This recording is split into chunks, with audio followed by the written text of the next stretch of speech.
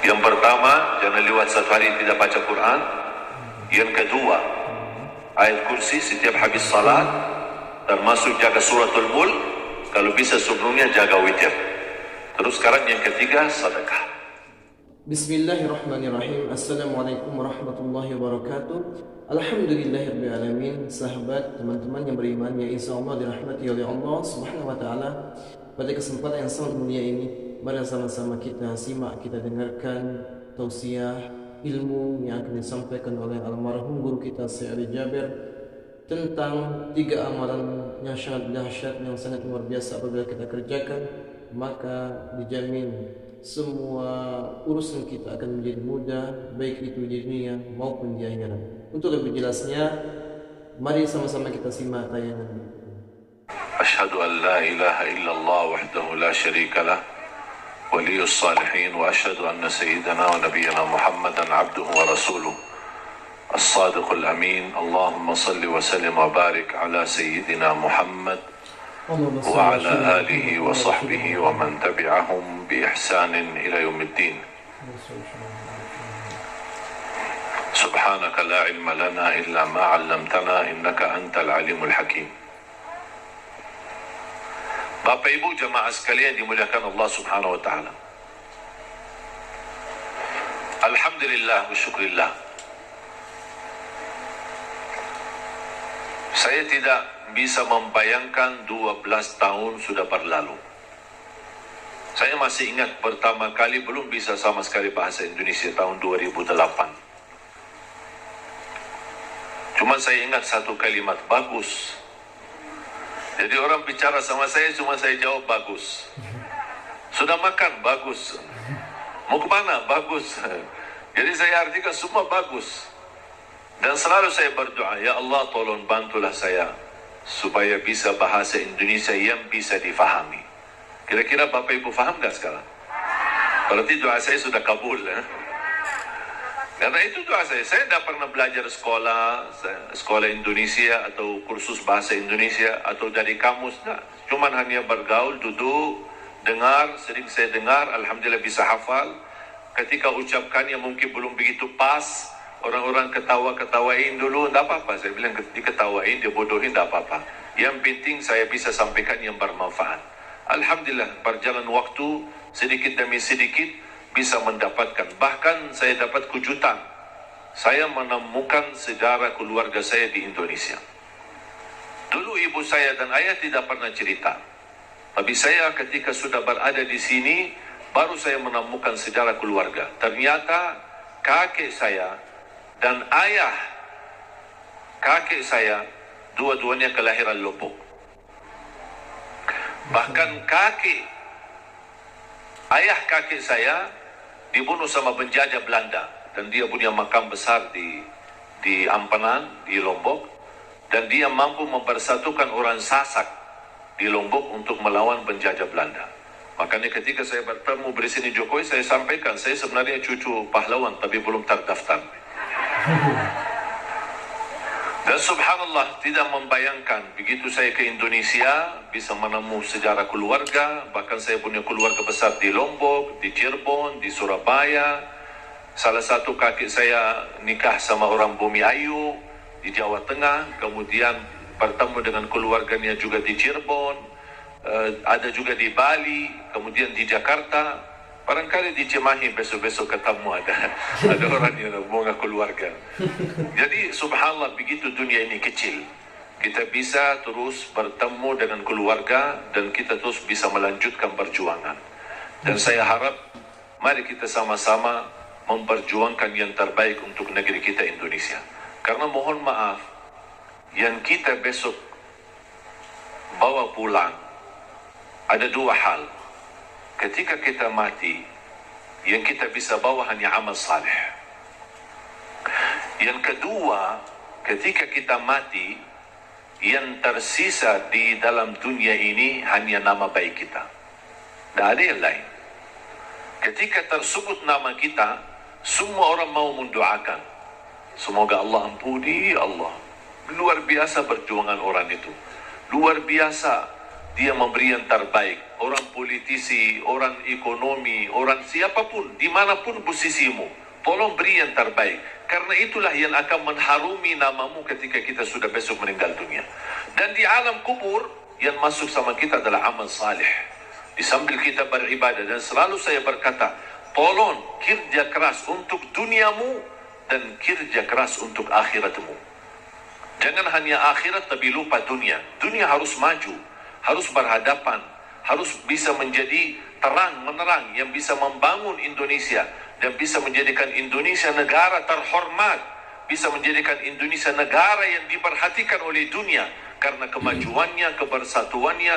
Dan alhamdulillah kita diberikan banyak anugerah dari Allah Subhanahu wa taala. Dari hasil bumi, dari hasil tanam-tanaman, dari hasil luar biasa.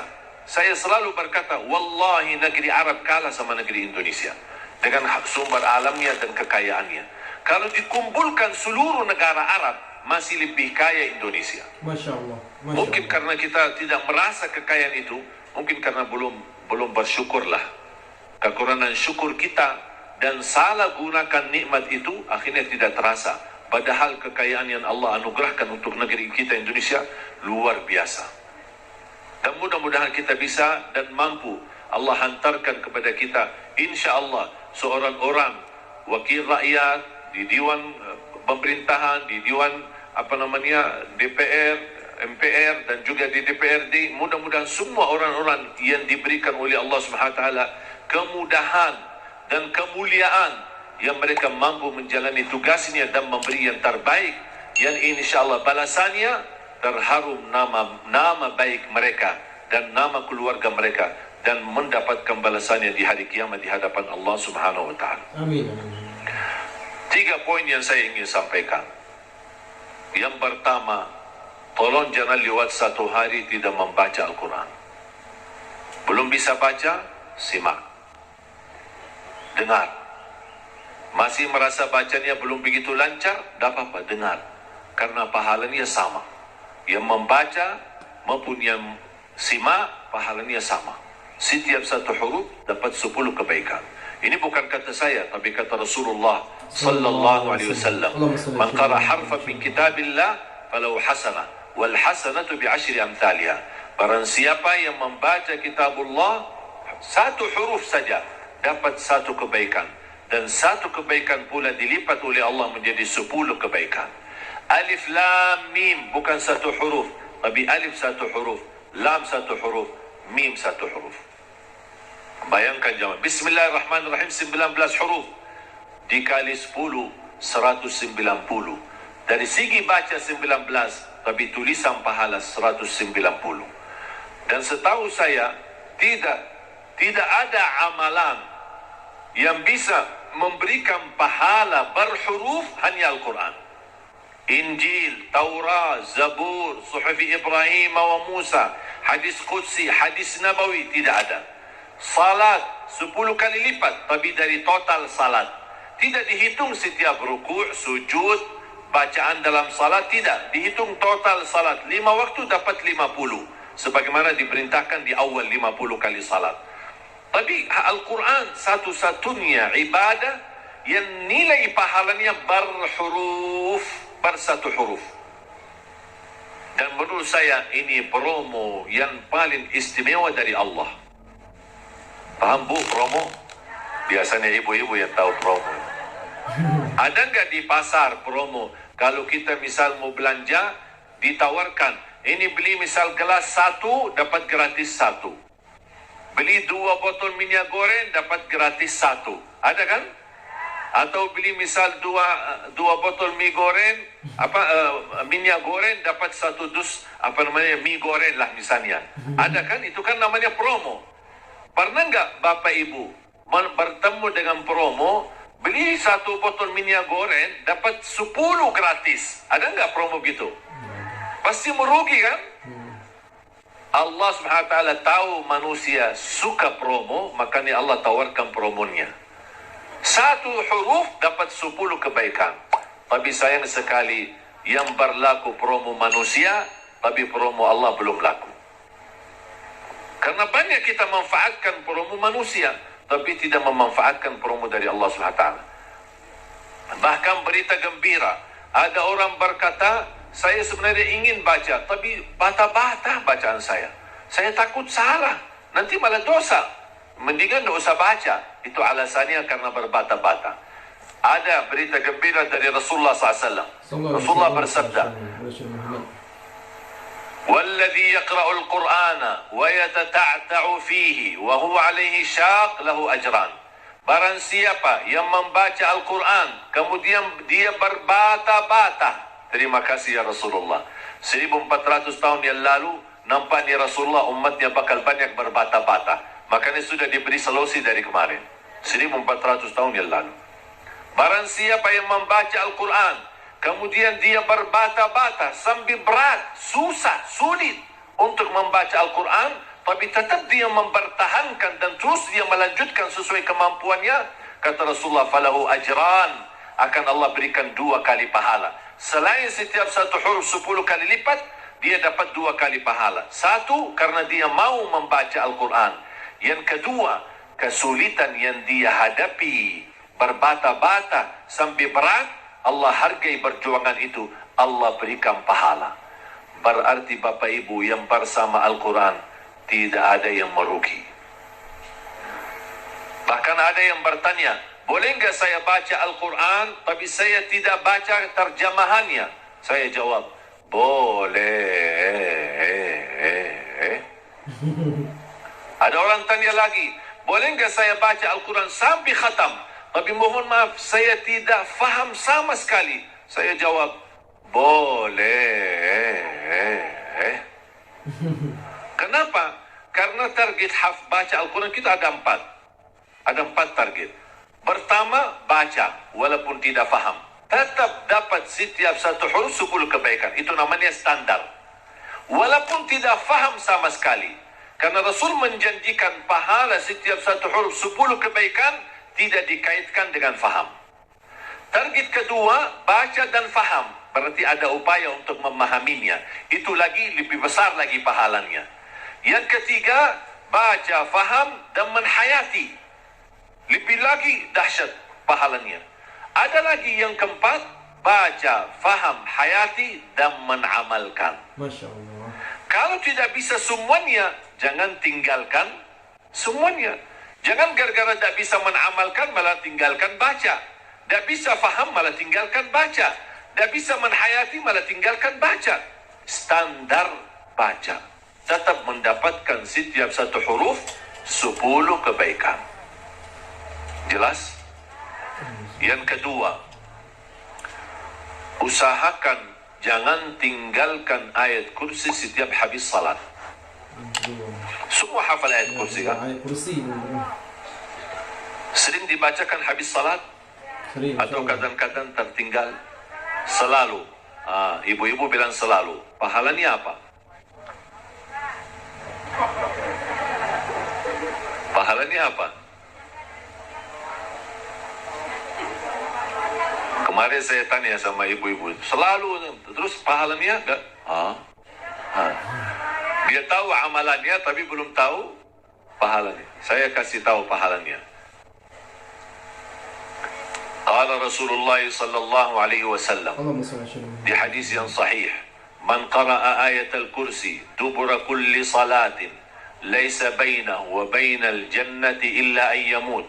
Barang siapa yang membaca ayat kursi setiap habis salat, dijamin masuk surga, tidak ada sesuatu yang mampu menghalanginya.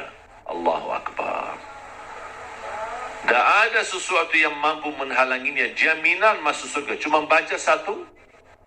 Saya ketika baca hadis yang sahih ini, saya berfikir, ya Allah, ini satu ayat aja jaminan masuk surga. Gimana 30 juz Al-Quran? Ini baru satu ayat. Gimana kalau orang rutin baca sampai khatam Al-Quran? Selain ayat kursi setiap habis salat, tolong usahakan tutupi harimu dengan baca surat Al-Mulk. Habis beraktivitas, sudah selesai kegiatan, sudah siap-siap mau tidur, tolong sempatkan. Suratul Mulk, kalau bisa sebelumnya boleh witir. Ada orang tanya, boleh nggak saya salat malam sebelum tidur? Saya jawab, boleh. Karena salat malam tidak harus tidur dulu. Banyak orang yang salah faham masalah itu. Ini kembali kemampuan. Cuba kalau kita memaksakan setiap orang mau tahajud atau mau salat malam harus tidur dulu. Ada orang mungkin misal contoh, Pak Ketua Dewan, aktivitas, rapat, meeting, pulang sudah malam. Kalau dia tidur malam mungkin bisa jam 12, mungkin bisa jam 1. Belum tentu bisa tahajud. Ketiduran, udah baru dapat 3 jam, maksimal 4 jam sudah subuh. Jadi fisik manusia kan punya kemampuan, punya batas. Makanya selalu saya berkata, kalau ada bapak ibu yang biasa tahajud, tidur baru tahajud, tak apa-apa teruskan. Tapi kalau masih belum terbiasa, tolong amankan walaupun 2 rakaat. Amankan walaupun 2 rakaat. Niat salat malam, niat salat hajat, lihat sunnah taubat. Silahkan apapun niatnya boleh. Habis salat 2 rakaat, tambah 1 rakaat witir boleh, atau 3 rakaat. Sekali salam witir, atau bisa 2 rakaat salam baru 1 rakaat. Terserah, mau 3 sekaligus, 1 kali tahiyat, atau bisa dipisahkan 2 baru 1. Baru habis itu tidur. Kenapa? Seandainya belum sempat bangun dan ketiduran sampai subuh, sudah tertulis namamu ahli tahajud. Sudah tunaikan salat, apalagi witir. Minimal, saya selalu tekankan, minimal jaga witir. Dan mohon maaf, ini bukan wasiat saya, tapi Rasulullah. Tidak ada yang dari saya. Dari saku saya tidak ada. Semua dari Rasulullah SAW. Apa kata Rasulullah kepada Abu Hurairah? Abu Hurairah berkata, Rasulullah menwasiat, awsani khalili wa an utira qabla an anam. Rasulullah menwasiatkan aku jaga witir sebelum tidur, kata Rasulullah kepada Abu Hurairah. Bahkan Umar bin Khattab ketika ditanya, kenapa suka witir sebelum tidur? Kata beliau, saya takut tidur dan meninggal dunia dalam keadaan tidur belum witir. Makanya amankan witirmu. Inna Allah witir, yuhibbul witir, fa'autiru. Allah maha witir, Allah cinta witir. Jagalah witir. Dan salah satu sunnah yang Rasul tidak pernah tinggalkan adalah sunnah witir. Tidak pernah tinggalkan, sehat, sakit, musafir, dimanapun berada. Selalu jaga witir. Dan sunnah yang kedua, sunnah subuh. Sesudah azan, sebelum salat wajib, ada sunnahnya. Bahkan di menurut mazhab Abi Hanifah, sunnah subuh itu dianggap wajib. Masya Allah. Selain Abu Hanifah dianggap sunnah. Memang dia sunnah, tetapi hampir sunnah, tapi martabatnya seperti martabat wajib. Karena sunnah subuh, pahalanya lebih besar daripada dunia dan seisinya. Saya berkata, subhanallah, ini baru pahala sunnahnya. Kira-kira gimana yang wajibnya salat subuh? Habis sudah laksanakan witir, mau tidur, tolong bacakan suratul mulk. Belum lancar bacaanmu, setelkan. Dari HP boleh, atau CD murattal, suratul mulk, atau dari YouTube. Sudah alhamdulillah puluhan bahkan ratusan ribu murattal. Tinggal milih apa yang kita suka. Sambil kita di tempat tidur, berbaring, kita bisa dengar suratul mulk. Kenapa disuruh baca suratul mulk? Apalagi di ujung aktivitas kita, seandainya malam itu meninggal dunia, sudah dapat jaminan selamat dari siksa kubur. Masya Allah. Suratul mulk, jaminan selamat dari siksa kubur. Yang terakhir, sedekah.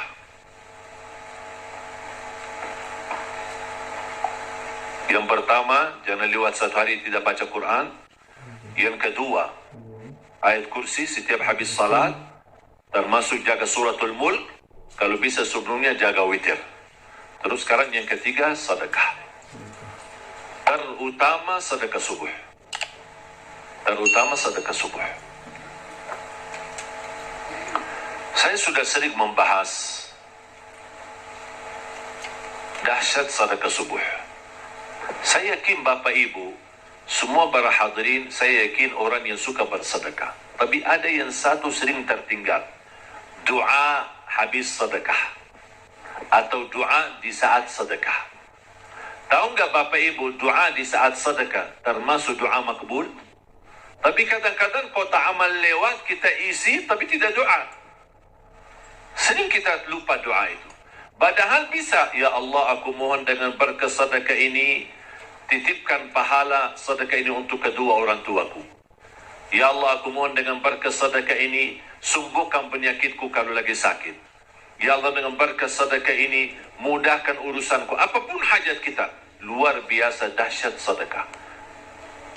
Termasuk sedekah subuh. Dan saya sudah buat ada tausiah ceramah.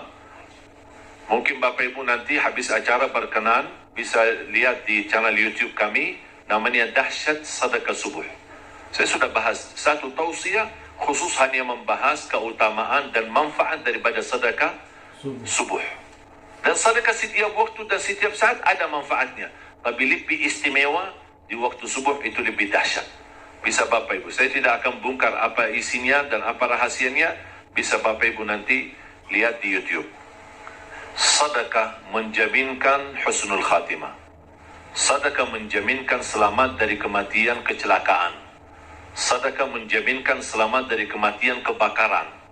Sedekah menjaminkan selamat dari kematian mendadak. Sedekah menjaminkan selamat dari su'ul khatimah. Sedekah menjaminkan kesembuhan penyakit. Sedekah menjaminkan memadamkan kemurkaan Allah. Dan sedekah menjaminkan ampunan dosa. Sedekah menjaminkan terkabul doa. Makanya ketika bersedekah jangan lupa berdoa. Apalagi di saat sedekah subuh. Dan cukup ketika bersedekah sebut satu hajat. Jangan habis salat subuh mau isi sedekahnya koin tapi doanya sampai terbit matahari. Malu sama Allah, ku kelamaan. Kata mereka, apaan ku doanya panjang banget. Padahal sedekahnya baru koin aja. Tolong disesuaikan. Satu kali sedekah, satu kali hajat. Dan selalu dalam kebaikanmu, sisakan dalam doamu, jangan lupa doa untuk orang tua. Saya sudah belajar, apapun yang saya amalkan, apapun amalannya, di ujung saya amalkan itu, saya selalu berdoa, ya Allah aku mohon titipkan pahala amalan ini untuk kedua orang tua. Saya selesai tausiah, pas pulang, ya Allah aku mohon titipkan pahala tausiah ini untuk kedua orang tua. Habis ngaji, ya Allah aku mohon titipkan pahala ngaji saya untuk kedua orang tuaku. Habis salat, ya Allah aku mohon titipkan pahala salatku untuk apapun amalannya. Apapun, saya sudah belajar menjadi salah satu upaya berbakti baik sama orang tuanya. Karena berbakti baik sama orang tuanya, walaupun mereka sudah meninggal atau di posisi yang jauh, tidak bisa bertemu setiap waktu dan setiap saat, melalui doa, insya Allah terhitung sebagai berbakti baik. Ada seorang bertanya, kalau orang tua saya sudah tidak ada atau sudah meninggal gimana? Apakah saya masih punya kesempatan berbakti baik? Saya menjawab, masih punya kesempatan. Ada dua amalan, sedekah dan doa, bisa menjadi bermanfaat untuk orang tua kita.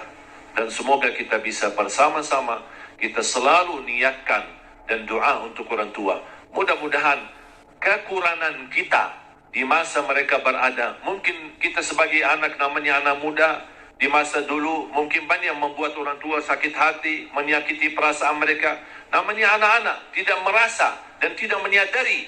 Makanya ayo mari kita sama-sama memperbaiki. Semoga semua dosa-dosa kita di hadapan orang tua dan terhadap orang tua mudah-mudahan diampuni oleh Allah Subhanahu wa taala dan dijadikan kita orang yang berbakti yang mendapatkan pahalanya di sisi Allah Subhanahu wa taala. Amin ya rabbal alamin. Mudah-mudahan insyaallah menjadi saksi bagi kita semua dan mudah-mudahan menjadi amal salih yang bisa menyalurkan pahala yang tidak terputus sampai hari kiamat. Amin ya rabbal alamin. Mari kita sama-sama berdoa. Bismillahirrahmanirrahim. Alhamdulillahi rabbil alamin. Allahumma salli ala sayyidina Muhammad wa ala ali sayyidina Muhammad. Allahumma ya Allah ya dzal jalal wal ikram.